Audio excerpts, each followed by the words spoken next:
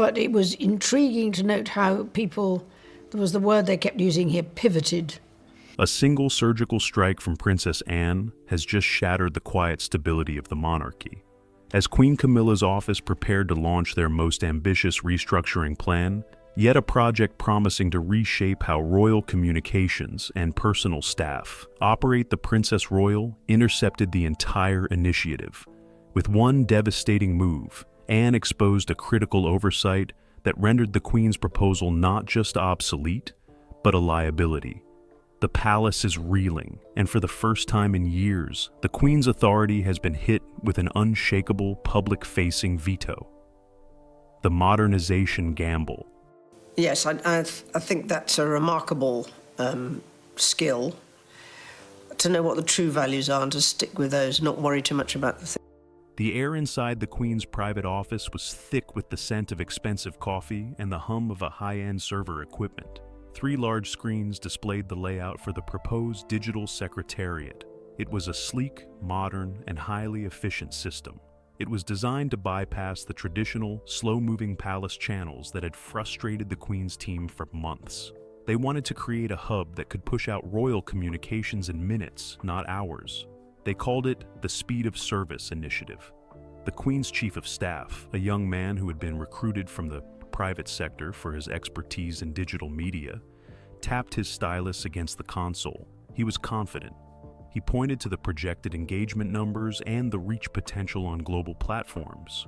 To him, the plan was flawless. It was a perfect marriage of technology and royal duty.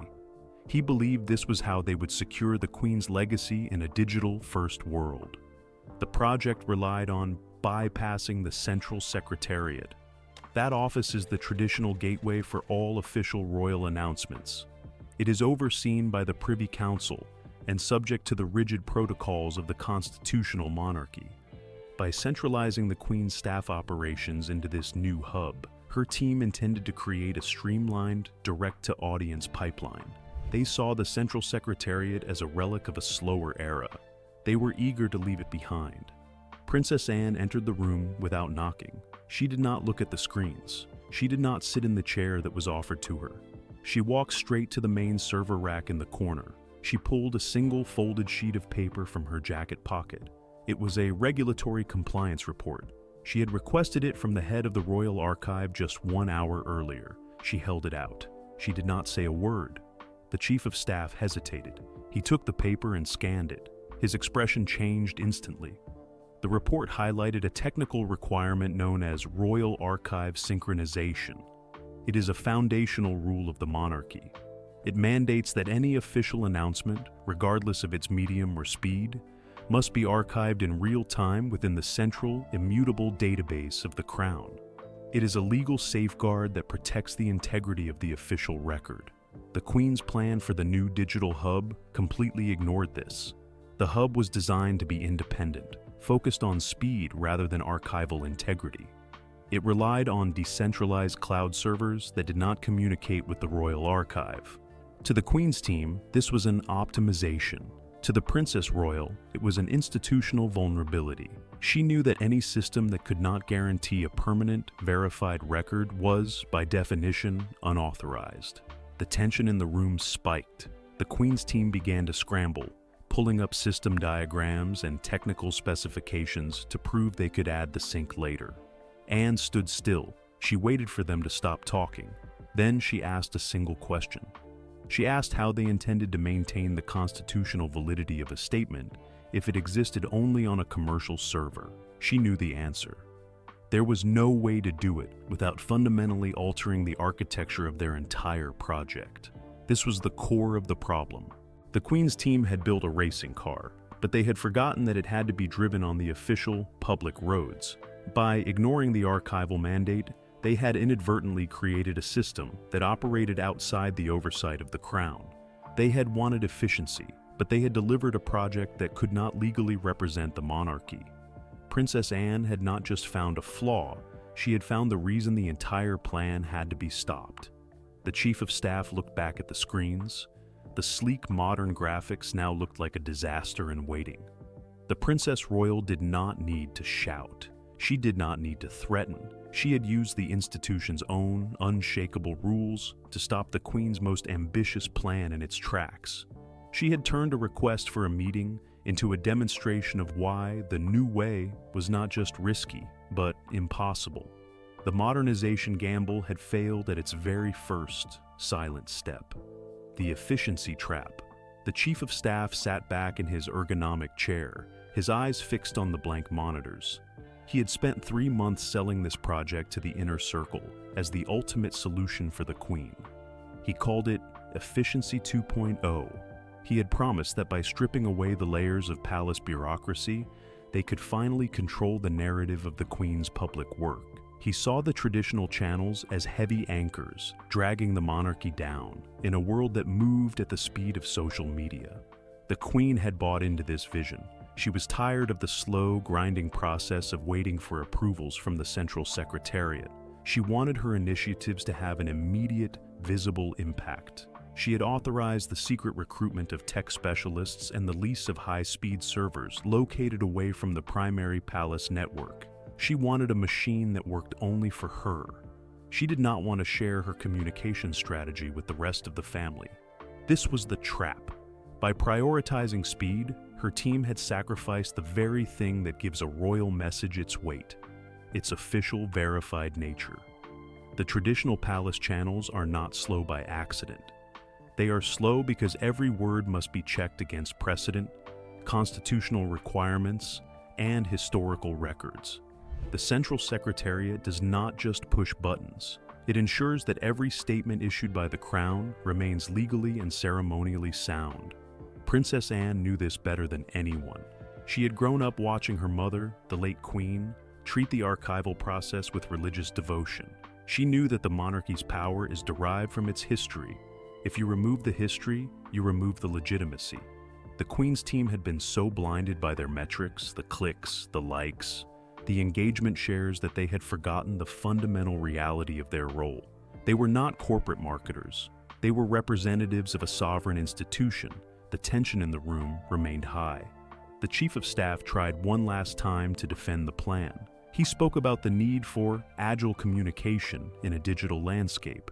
He argued that the public did not care about archival synchronization. They cared about seeing the Queen, hearing her message, and engaging with her work in real time. He looked to the Queen for support, hoping she would validate his perspective. The Queen, however, had gone quiet. She was looking at the compliance report that Anne had placed on the table. She was realizing the true cost of her ambition. If she went ahead with this plan, she would be setting up a communications system that stood apart from the official record. She would be effectively telling the world that her office did not need to follow the rules that the rest of the family followed. She would be making herself a rogue actor within her own house.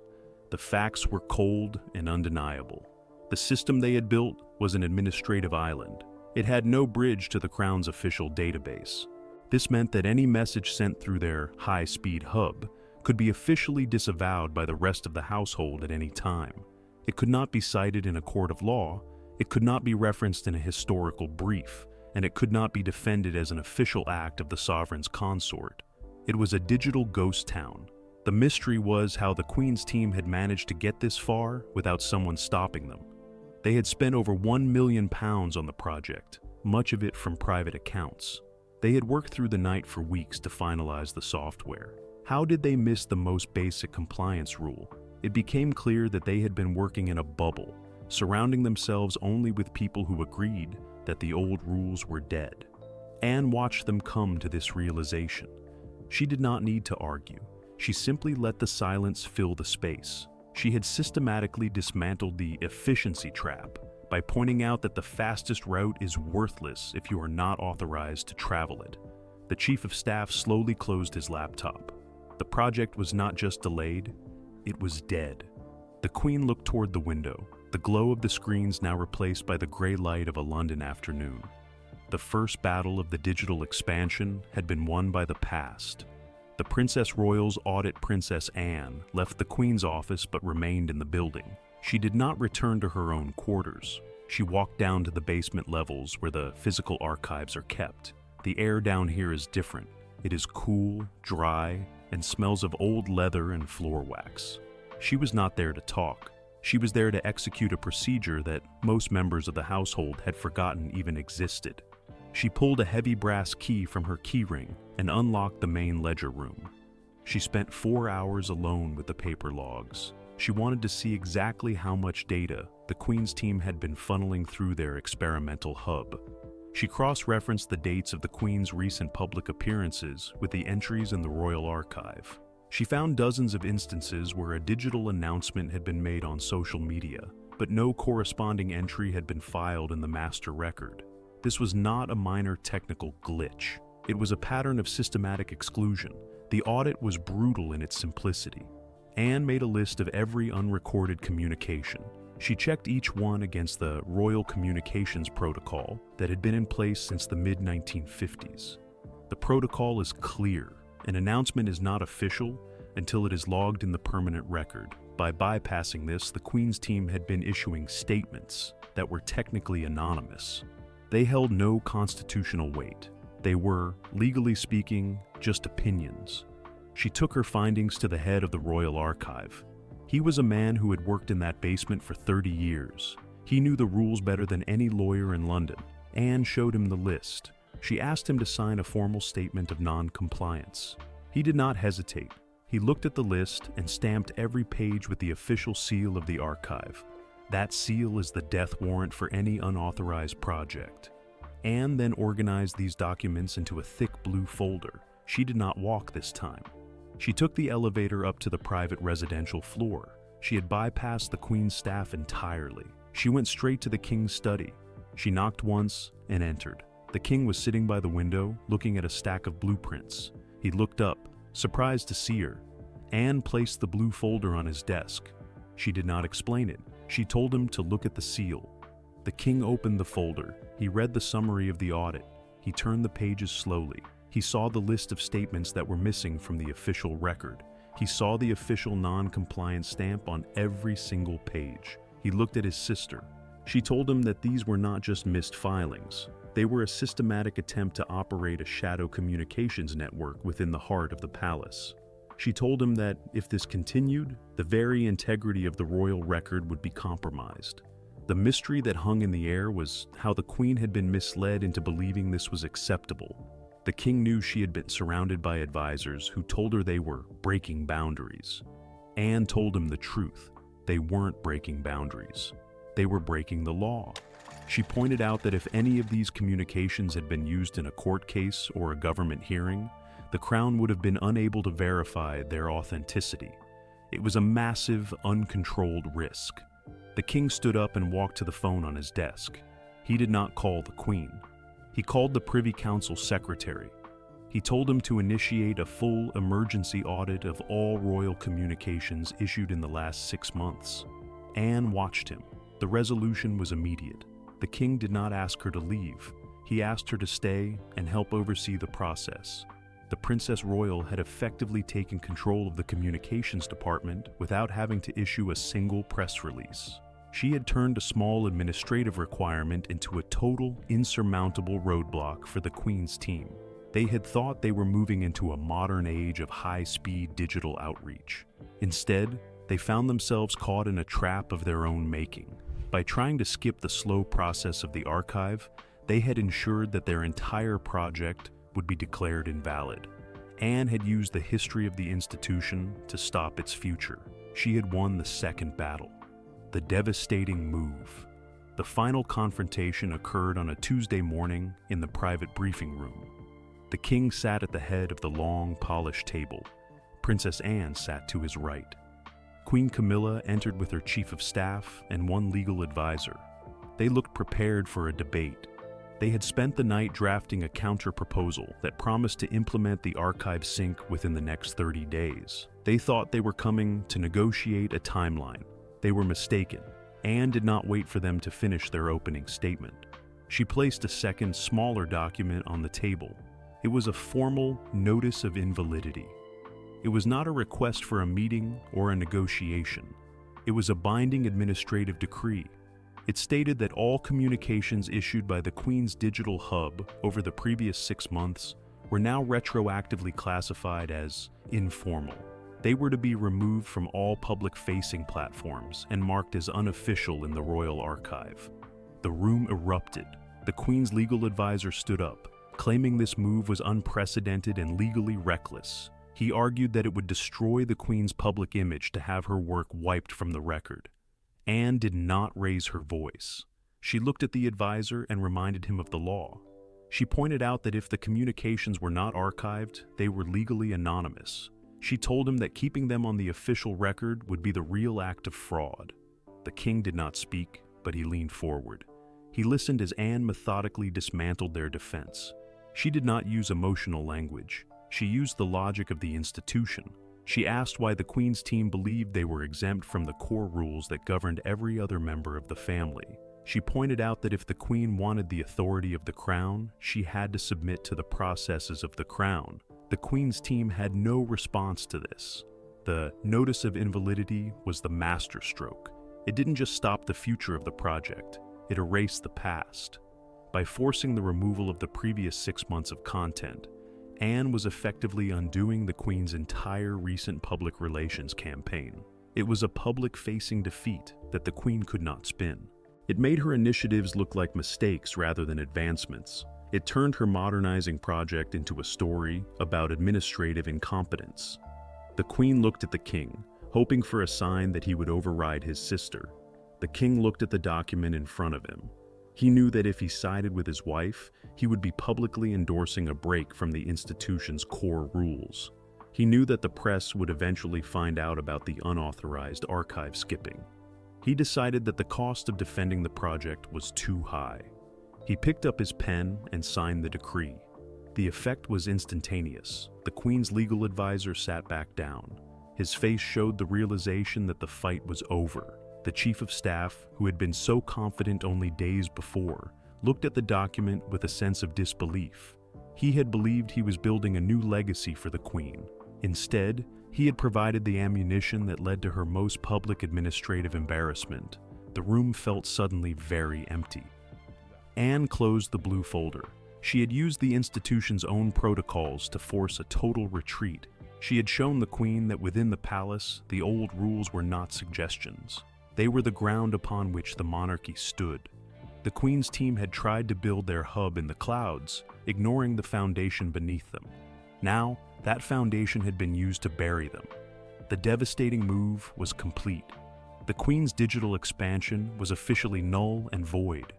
The mystery that would consume the palace staff for weeks was how the king allowed it to happen so fast. The answer was in the document itself. The king had been presented with an impossible choice between an institution and a plan. He had chosen the institution. Anne had simply made that choice unavoidable. As the Queen's team began to collect their briefcases, they knew they weren't just leaving a meeting. They were leaving the core of power. The Princess Royal had effectively vetoed the Queen's future. The fallout. A divided staff. The news of the veto rippled through the palace corridors with the speed of a breaking storm. Staff members who had been loyal to the Queen's new vision found themselves in an impossible position. They had spent months working under the assumption that the digital secretariat was the new standard. Now they were told the entire system was unauthorized. They were caught in the middle of a power struggle that no one wanted to admit was happening. Offices were locked. Access codes to the internal servers were revoked before the lunch hour ended. Employees who had been tasked with migrating the Queen's public work to the new hub were left standing in the hallways with no clear instructions. Some senior aides, who had been instrumental in promoting the project, began quietly shredding their meeting notes. They knew that the notice of invalidity meant that their work had been flagged as a departmental failure. The divide became visible by the afternoon. Staffers aligned with the traditional secretariat began to distance themselves from those who had worked on the digital hub. There were no direct confrontations, just a cold, practiced avoidance. Those who had been part of the Queen's inner circle were suddenly treated like outsiders. Their requests for information were delayed. Their access to the inner briefing rooms was suddenly restricted. It was an institutional freezing out. This was not a mistake. Princess Anne's team had explicitly requested that the archival compliance be audited for all staff members who had worked on the hub. Every single person who had touched the project was now under internal review. They were being interviewed about their involvement in the policy-skipping procedures. The message was clear. If you wanted to work for the monarchy, you followed the established protocol. Any other choice was a career-ending move. The mystery that began to circulate among the younger staff was whether this was a permanent blacklist. Many of these people were career professionals who had been lured to the palace with promises of modernization. They had been told they were the future. Now, they were being treated as if they had engaged in something bordering on sabotage. They felt misled by the Queen's chief of staff, who had promised them that he had the King's full support. The Queen's team tried to hold a meeting to maintain morale, but it was a dismal failure. Fewer than 20% of the invited staff showed up. Most used the excuse of ongoing audit interviews to stay away. The chief of staff tried to frame the veto as a temporary administrative hurdle, but no one believed him. They could see the reality of their situation. The Queen's office had been stripped of its primary initiative, and they were the ones who were going to pay the price for its failure. Tension flared in the staff cafeteria, the one place where the two sides could not avoid each other. Arguments broke out over who was responsible for the missed archival entries. One junior aide was overheard saying that they were just doing what they were told. A senior archivist replied that just doing what you are told is how institutions get destroyed. The room went silent at that. It was the first time someone had dared to name the conflict out loud. This wasn't just a disagreement about software or communications. It was a clash of cultures. The palace staff had always operated on a hierarchy of seniority and strict adherence to rules. The Queen's team had tried to overlay a culture of move fast and break things onto this structure. That culture was now broken. The fallout left the Queen's office in a state of paralysis, unable to issue even the simplest press release without it being vetted by the very people who had just vetoed their entire existence. The Princess Royal's team maintained a policy of absolute professionalism. They did not gloat. They simply did their jobs, enforcing the rules with a calm, mechanical intensity that was more intimidating than any shouting match. They were the new gatekeepers, and they were not letting anyone through without a full vetting. The staff who had bet their careers on the modernization plan were now looking for the nearest exit, realizing that the old order had returned with a vengeance. The King's forced intervention. The King walked into the Queen's office on a Thursday afternoon. He carried a leather-bound folder. He was not accompanied by his usual security detail. He wanted this conversation to be direct. The Queen looked tired. She was sitting at her desk, staring at a stack of resumes for a new communications team. She had been trying to salvage what was left of her office after the audit. She looked up as the King entered, but she did not stand. He sat in the chair opposite her. He did not lead with a greeting. He opened the folder and placed 3 specific documents on the mahogany surface. These were not the archive reports. They were formal petitions from the heads of 4 major Commonwealth nations. They were expressing concern over the lack of official royal communications during the last 2 weeks. They were worried about the perceived silence from the Queen's office. It was a direct international complaint. The King explained that he had tried to ignore the fallout from the veto for as long as possible. He had hoped that the Queen's office would find a way to navigate the new constraints. But the silence had become a political problem.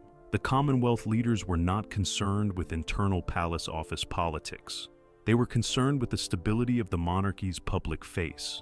They wanted to know why the Queen's official channels had suddenly gone dark. He told her that he had drafted a compromise. He proposed that the Queen's office be given a limited, supervised digital platform. It would be managed by the Central Secretariat, but with a dedicated team for her specific work. It would operate under strict archival rules. There would be no independent servers, no bypass protocols. It was a step back, but it was a path to getting her work back into the public eye. The Queen looked at the petitions, then back at the King. She saw the compromise for what it was. It was not a restoration of her power. It was a supervised return to the fold. She asked if Princess Anne had seen this proposal. The King hesitated. He admitted that he had discussed the framework with her earlier that morning. Anne had not rejected it, but she had set one condition. Every single post had to be pre-cleared by the archive head. not just the Secretariat. This was the core of the tension. The king was trying to mediate, but Anne's influence had already permeated every level of the decision-making process. The Queen argued that this condition made the platform effectively useless.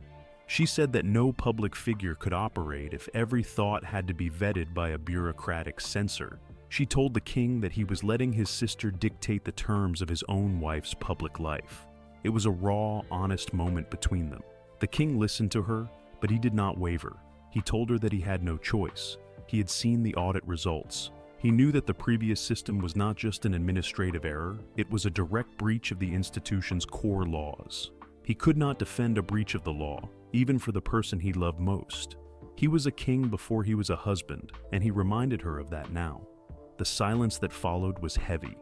The mystery was whether the king had come to offer this compromise because he wanted to help her, or because he was trying to quiet the palace once and for all. He seemed to want the peace of the institution above all else. He told her that she had 24 hours to accept the terms, or reject them.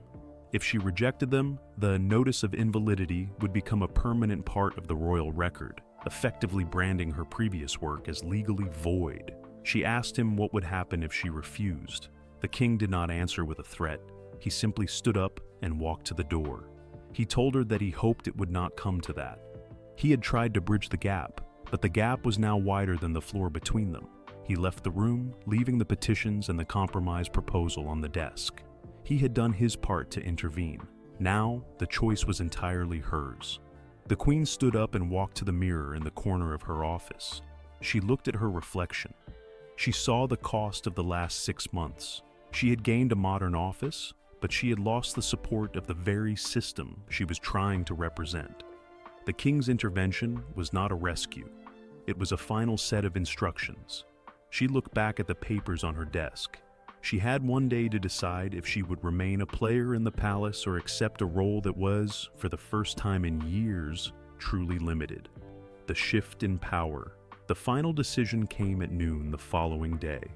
The Queen sent a single, handwritten note to the king's study.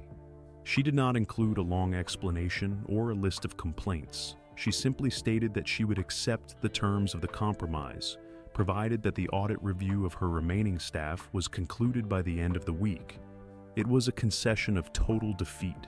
She had realized that any further resistance would only lead to more public humiliation. The reaction from Princess Anne was characteristically swift. She did not offer a congratulatory statement. She simply initiated the transition. By the end of the business day, the transition of the Queen's digital assets to the Central Secretariat was already underway. The custom servers were powered down for the last time.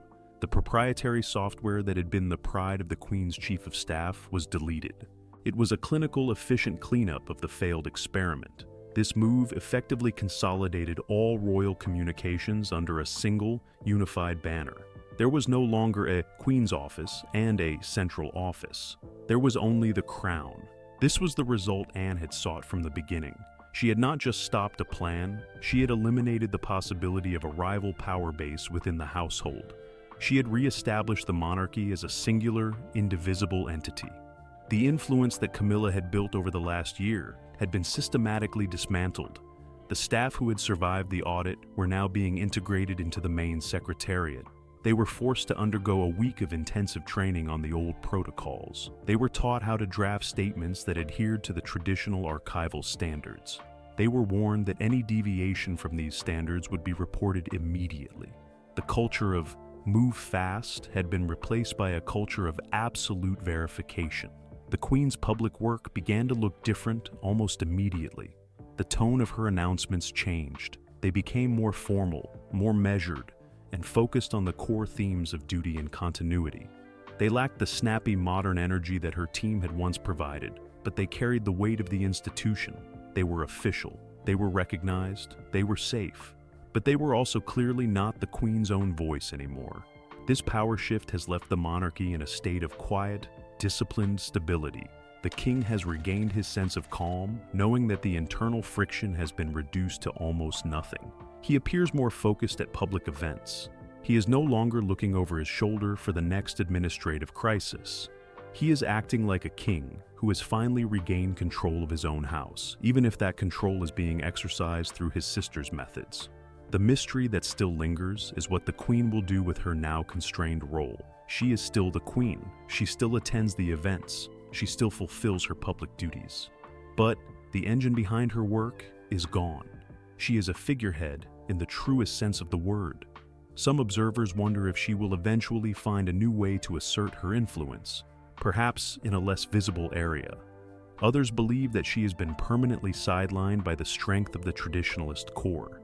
Anne's status as the true gatekeeper of the monarchy is now undisputed. She has proven that she has the patience, the knowledge, and the ruthlessness to protect the institution's core identity. She has become the shadow monarch, the one who manages the rules that everyone else must live by. The staff, the courtiers, and even the family members know exactly who holds the real power. It is not the one who sits on the throne, it is the one who monitors the archive. The palace grounds are quiet now. The storms of the last 6 months have cleared. The institution is back to doing what it has always done, moving with the slow, deliberate pace of centuries. The modernization experiment is a memory, a cautionary tale that the staff whispers about in the cafeteria. The palace is back in order. The past has won.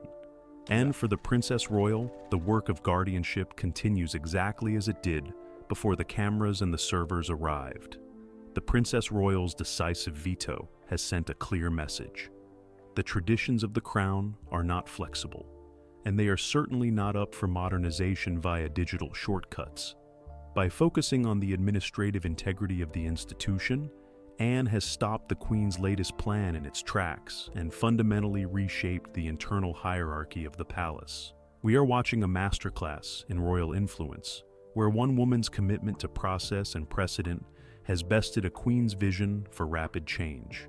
As the dust settles and the palace returns to its slow, traditional rhythm, we have to ask, is this the final defeat of the modernization agenda, or has this conflict merely pushed the struggle into the shadows?